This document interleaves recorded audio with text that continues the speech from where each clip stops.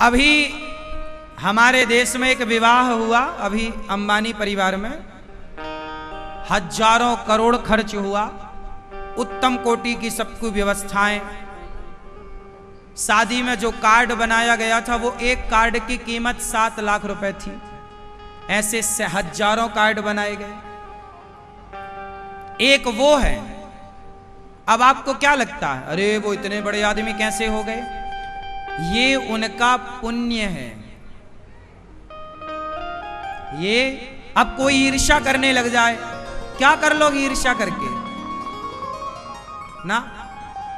जो व्यक्ति सुखी है उसका सुख बता रहा है कि उसने जरूर कोई पुण्य किया होगा, तब ना वो इतने बड़े घर में पैदा हुआ और इतने संसार का हर सुख उसके पास है। और एक वो है जो अपनी बेटी के ब्याह में 25,000 रुपए भी नहीं जुटा पाता। एक वो है जो एक शादी में हजारों करोड़ खर्च कर देते हैं एक रात में, और एक वो है जो अपनी बेटी के ब्याह में 25,000 रुपए नहीं जुटा पा रहा है। अब बताओ, आप तो कहते थे सब एक है, कैसे एक हो सकता है? यही है पाप और यही है पुण्य। जो आज सुखी हैं, आप जितने लोग सुखी हैं, ये सब तुम्हारा पुण्य है। और आज जितने लोग दुखी हैं, ये सब उनके द्वारा ही किया गया पाप उनके आड़े आ रहा है, वही दुख दे रहा है। तुम्हारा पाप तुम्हें दुख देता है, तुम्हारा पुण्य तुम्हें सुख देता है। आज दशरथ जी रो रहे हैं, मेरा राम मेरा राम। ये दशरथ जी का पाप था। ये दशरथ जी का क्या था? जोर से, क्या पाप था? एक बेटे को उसके मां बाप से दूर किया था।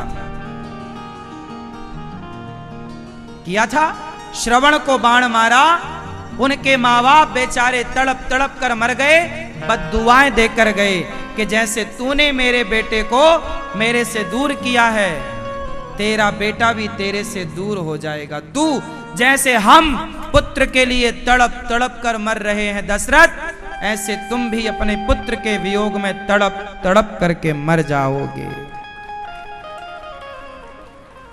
ये है कर्मों का फल। आज नहीं कल, कल नहीं परसों पागल, तुझे तेरे कर्मों का फल मिलके रहेगा, बचेगा नहीं तू। ये ईश्वर की अदालत है साहब। वो अंधा नहीं है जिसने ये ब्रह्मांड बनाया है। तुम ज्यादा होशियार बनते हो ना, बने रहो। जिसने तुम्हें आंखें दी हैं, उसके पास कितनी आंखें होंगी? सहस्त्र शीर्षा पुरुषा सहस्त्राक्ष सहस्त्रपाद, हजारों आंखें। इसलिए ज्यादा होशियार कौआ मत बनो, हर गलत काम करने से बचो। और सुनो, कोई और ना पाएगा। मैंने आपके गाल में एक थप्पड़ मारा है ना, तो बस ये ईश्वर की डायरी में लिख गया कि अनिरुद्धाचार्य ने बेवजह फलाने के गाल में थप्पड़ मारा। वो थप्पड़ मेरे गाल में वापस आएगा, चाहे इस जन्म में आवे अगले जन्म में आएगा। पागल, बचेगा कोई नहीं। कोई बचा हो तो नाम लिखवाओ मुझे। रावण बच गया, कंस बच गया, तुम्हारे बाप दादे बच गए करके गलत काम, फिर तुम बच जाओगे।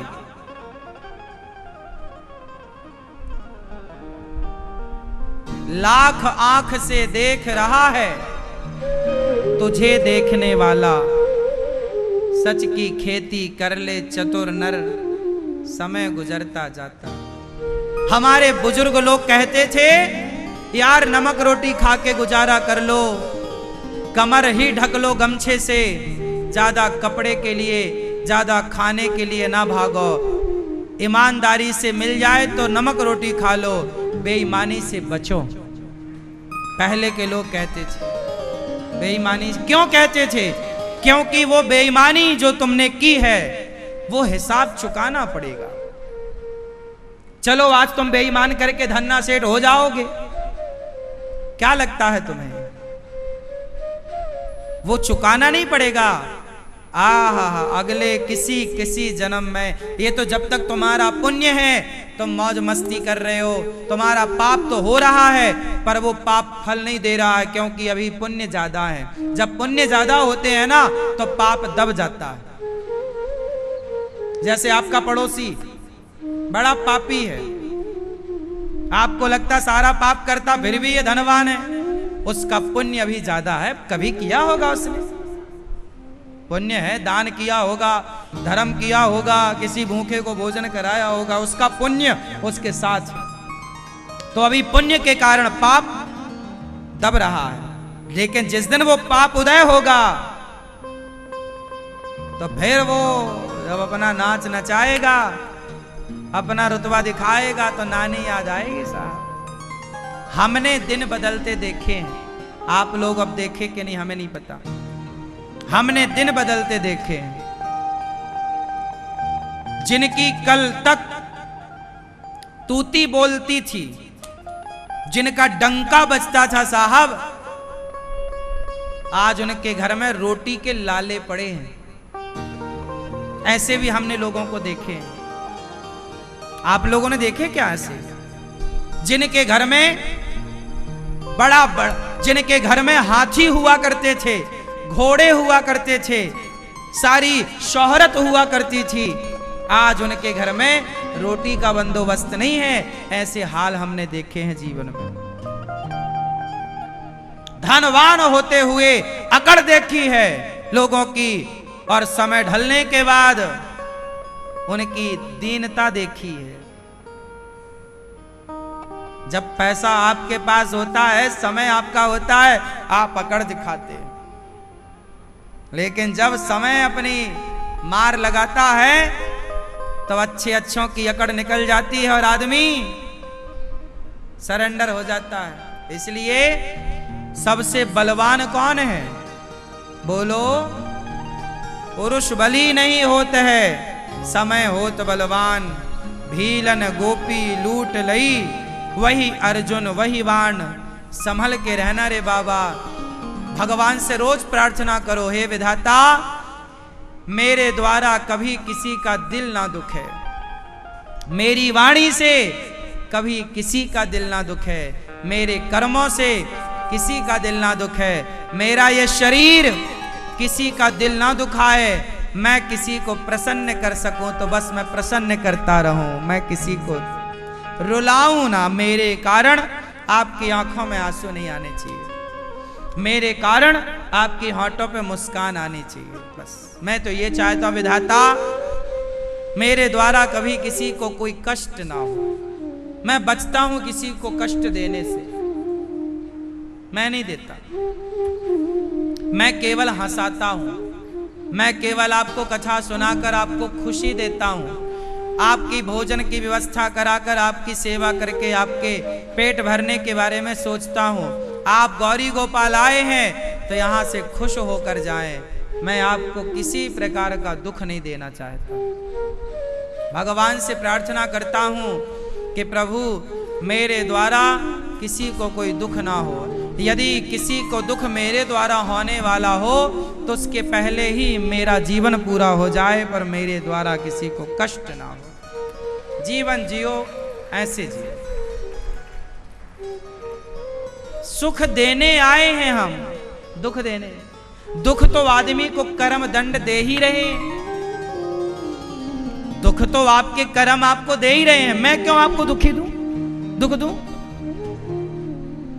मुझे सुख देने का अधिकार है। एक मैया मेरे पास आई, महाराज जी मैं मछली खाती हूं, मछली।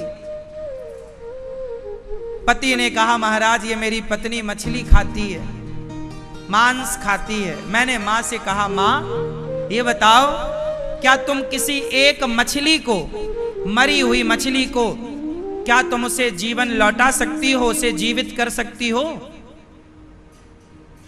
बोली नहीं। मैंने कहा माता, जब तुम एक मरी हुई मछली को, एक मरे हुए मुर्गे को, एक मरे हुए बकरे को आप जीवित नहीं कर सकते, तो एक जीवित बकरे की, एक जीवित मछली की जान लेने का ये अधिकार आपको किसने दे दिया है, ये तो बताओ। आप जो धड़ल्ले से प्राण ले रहे हैं मछली के, बकरा के, बकरी के, हिंसा कर रहे हैं, बताओ किसने आपको ये लाइसेंस दिया कि आप बेवजह किसी की हत्या करें? फिर ईश्वर जब दंड देंगे तो रोगे कि हमारा ये कष्ट, वो ये, तुम्हारे किसी ना किसी जन्मों के कर्मों का दंड भोगना पड़ेगा। तुम निर्दोष जीवों की हत्या कर रहे हो अपने स्वाद के लिए, और अपने आप को बड़ा पढ़ा लिखा समझा रहे हो, समझ रहे हो। समझदार वो नहीं है जो किसी का गला काट के अपना पेट भरे। समझदार तो वो संत थे जो जंगल के कंद मूल फल पत्ता पत्ती खाकर, घास फूस खाकर अपना जीवन गुजारे, पर उन्होंने किसी को परेशान नहीं किया, किसी की आंखों में आंसू नहीं लाए। मेरे द्वारा किसी की हत्या क्यों हो? मैं क्यों किसी की हत्या का जिम्मेदार बनूं?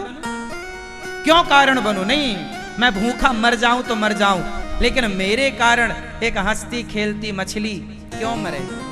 मेरे कारण एक बकरा क्यों मरे? ना, यही धर्म, यही दया, यही दया का भाव तुम सनातनियों को, तुम हिंदुओं को दुनिया से सबसे श्रेष्ठ बनाता है। यही विचार, यही विचारधारा हिंदुओं को सबसे उत्तम बनाती है। और वो हिंदू जिसके अंदर ये दया की विचारधारा नहीं है, वो हिंदू नहीं है। हिंदू का अर्थ ही है हृदय में करुणा। लेकिन एक बात यहां मैं और मेंशन कर दूं कि हिंदू दयावान होता है, अच्छा है, लेकिन इसका मतलब वो कायर नहीं होता। कायर मत बन जाना। तुम्हारी बेटी, तुम्हारी बहनों पर कोई आतंकवादी आंख उठाकर देखे, तुम्हारी बेटी के साथ दुराचार करे, उस समय तुम ये कहोगे नहीं मैं हत्या नहीं करूंगा, मैं हिंसा नहीं करूंगा। उस समय राष्ट्र की रक्षा के लिए उस आतंकवादी को मारना ही तुम्हारा धर्म हो जाता है। अहिंसा जरूरी है, मैं किसी की हत्या नहीं करता, पर जरूरत पड़ेगी देश की रक्षा के लिए तो तलवार उठाना भी धर्म हो जाता है उस समय। तो ये दोनों बातें आपको आनी चाहिए। दया के सागर बनो आप, और जहां जरूरत पड़े अपने राष्ट्र के लिए, वहां गला काटना भी धर्म हो जाता है। अर्जुन को कहा भगवान ने, अर्जुन बोला मैं युद्ध नहीं करता, मैं जा रहा हूं जंगल भजन करूंगा। भगवान ने कहा कायर है क्या तू? मैदान में खड़ा है, इस समय तेरा युद्ध करना धर्म है। अब ये आप लोगों को डिसीजन करना, निर्णय लेना है कि आपको कहां दया दिखानी है और कहां गीता, कहां शास्त्र की जरूरत है और कहां शस्त्र की जरूरत है। ये ज्ञान तुम्हें होना चाहिए। तुम्हारे हाथों में दोनों चीजें हो, शास्त्र और शस्त्र। शास्त्रों की बातें समझाओ लोगों को। देख भैया, लिखा है कि दया धर्म का मूल है, दया कर। वो ना आए तुम्हारी दया की बातें स्वीकार ना करे, वो निर्दयी है। तो जब कर्ण का पहिया, कर्ण के रथ का पहिया जमीन में धंसा, तो कन्हैया ने कहा उठा अर्जुन धनुष, मार दे कर्ण को, छाती पे मारना। कन्हैया ने जब कहा कि कर्ण को मार अर्जुन, अर्जुन ने कहा कन्हैया क्या इसे मारना धर्म है? निहत्था है, रथ से नीचे है, क्या ये न्याय है, धर्म है? क्या आप मुझे गलत पाठ नहीं पढ़ा रहे हैं कन्हैया? भगवान ने कहा अच्छा तू बड़ा होशियार है, तो ये बता, जब तेरी पत्नी को ये कह रहा था कि तेरे 5 पति हैं, मुझे छठा बना ले, तो क्या वो धर्म था? वो न्याय संगत था? आप किसी की औरत को कहो कि तू मेरी पत्नी बन जा, क्या ये धर्म है? ये वही कर्ण है जिन्होंने द्रौपदी को कहा था कि तेरे 5 पति हैं, छठा मुझे बना ले।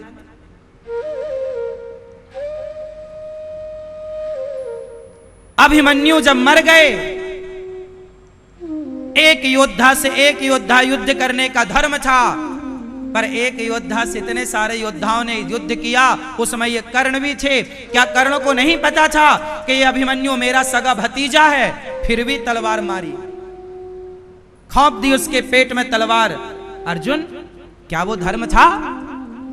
हाँ, धर्म का पाठ उनके लिए पढ़ो जब सामने भी धर्मात्मा हो। सामने अधर्मी हो तो अधर्मी के सामने धर्म का मुंह ना ताको, अधर्मी को अधर्म से मार देना ही धर्म है। धर्म उनके लिए जब सामने वाला धर्म की भाषा समझता हो। ये कौन सा धर्म की भाषा समझने वाला है? इनके लिए कौन सा धर्म है साहब? हमें तो धर्म का भी ज्ञान होना चाहिए।